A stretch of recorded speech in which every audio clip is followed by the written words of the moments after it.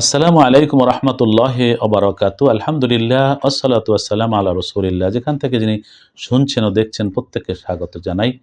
আজ আমরা আলোচনা করব রমজান ও ব্যবসা বাণিজ্য। রমজান মাসে ব্যবসা বাণিজ্য কেমন হওয়া উচিত। মূলত ব্যবসা বাণিজ্য খুবই উত্তম কাজ। এটি ইবাদতের পর্যায়ভুক্ত, এটি মানুষের সেবা করার একটি উত্তম পন্থা। আল্লাহ রব্বুল আলামিন তিনি তেজারা বা ব্যবসার কথা কোরআন শরীফের মধ্যে বলেছেন।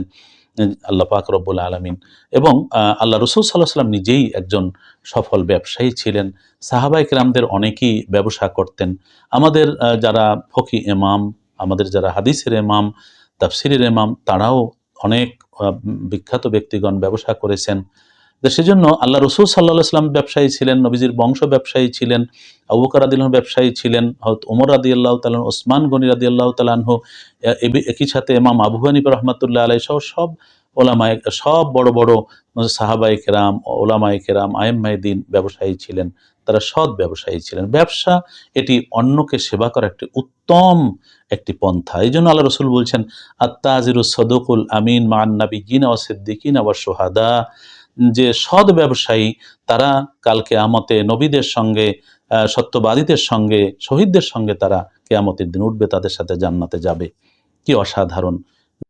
কিন্তু যারা অসৎ ব্যবসায়ী তারা কিন্তু নয়, তারা জাহান্নামের কীট হবে, তারা পাপী।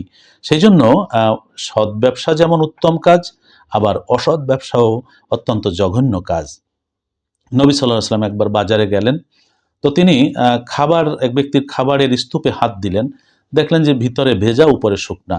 তো তখন তিনি জিজ্ঞেস করলেন যে, তোমার এমন কেন, ভিতরে ভেজা? তো সে বলল, বৃষ্টি পড়েছে। নবী বললেন, বৃষ্টি পড়লে তো উপরিভাগ ভিজবে, নিচে কেন?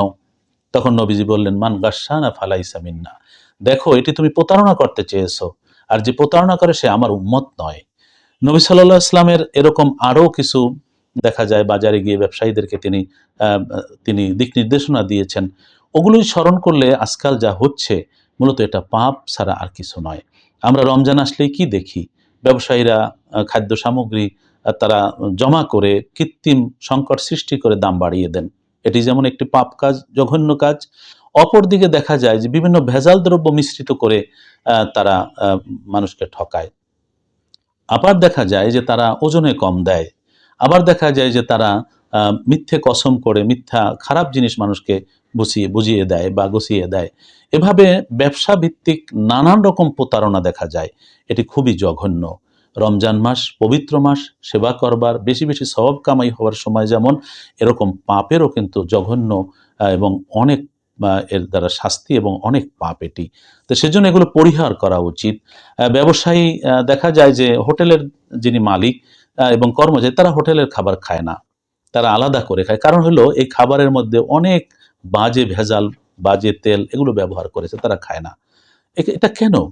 আপনি ক্ষতির সম্মুখীন হবেন না, অন্যকে ক্ষতিগ্রস্ত করবেন, তার পকেট কেটে টাকা নিবেন, এটি তো হতে পারে না। যে জাহান্নাম সরাসরি। আবার দেখা যায় যে খাবার সামগ্রীর মধ্যে নানান রকম পচা বাজে জিনিস ব্যবহার করে। বিশেষ করে রমজানুল মোবারকে মানুষের যে ইফতারি আইটেম, খাদ্য সামগ্রী লাগে, দেখা যায় সেমাই বানানো হয় পচা ময়দা আটা দিয়ে, নানান খাবার তৈরি করা হয় পচা আটা দিয়ে, মরা মোরগ মুরগি এগুলি আম গোপনে সাপ্লাই করা হয়।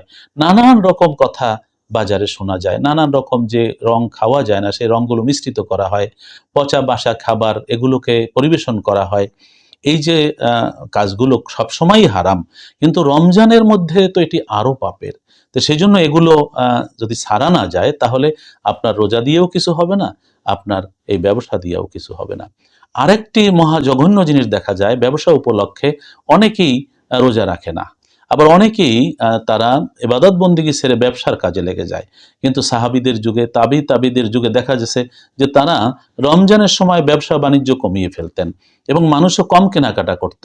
আর মার্কেটগুলো একেবারে মানবশূন্য হয়ে পড়তো। বিশেষ করে শেষ ১০ দিনে মার্কেটে, বাজারে কোনো লোক থাকতো না। সবাই যার যার ঘরে এতেকাফে, ইবাদত বন্দেগীতে ব্যস্ত রমজানের শেষ দশকে।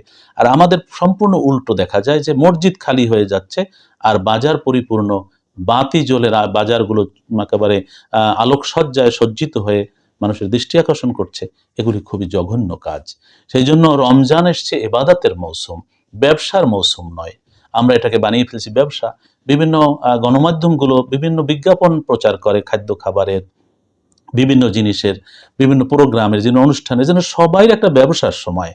আসলে এই মানসিকতা পরিহার করা দরকার যে এটি ব্যবসার মৌসুম নয়, এটি ইবাদতের মৌসুম, সওয়াব কামাই করার মৌসুম। সেটা যদি আমরা করতে পারি তাহলে এই রমজান আমাদের জীবনে হবে সার্থক, সফল, বাঙ্গময়। আসুন আমরা রমজানকে সার্থক সফল করি। আর ব্যবসা বাণিজ্য যেটুকু করব মানব সেবার উদ্দেশ্যে, সব ধরনের পাপাচার ছেড়ে, সব ধরনের ভেজাল, ওজনে কম, এই ধরনের জঘন্য পাপ এগুলো ত্যাগ করে মানুষের সেবা করবার জন্য সৎ সুন্দরভাবে আমরা এটি করবার জন্য আপ্রাণ চেষ্টা করব। নবী সাল্লাল্লাহু আলাইহি ওয়াসাল্লাম বলছেন, ওই ব্যক্তি উত্তম যে নিজে যা পছন্দ করে ভাইয়ের জন্য অন্য তাই পছন্দ করে। আমরা নিজেদের জন্য এগুলো পছন্দ করি না, সেগুলোই মানুষকে বেশি আমরা দিতে চেষ্টা করি, নাউজুবিল্লাহ। সেই জন্য একটি ইবাদতের মাধ্যম, নবীদের এই ব্যবসা হচ্ছে পেশা, অনেক নবীদের ছিল, অনেক সাহাবীদের, অনেক উত্তম ব্যক্তিরা সেই পেশা, সেই ব্যবসাকে আমরা একেবারে বা একটা পাপের আড্ডাখানায় পরিণত করে ফেলছি।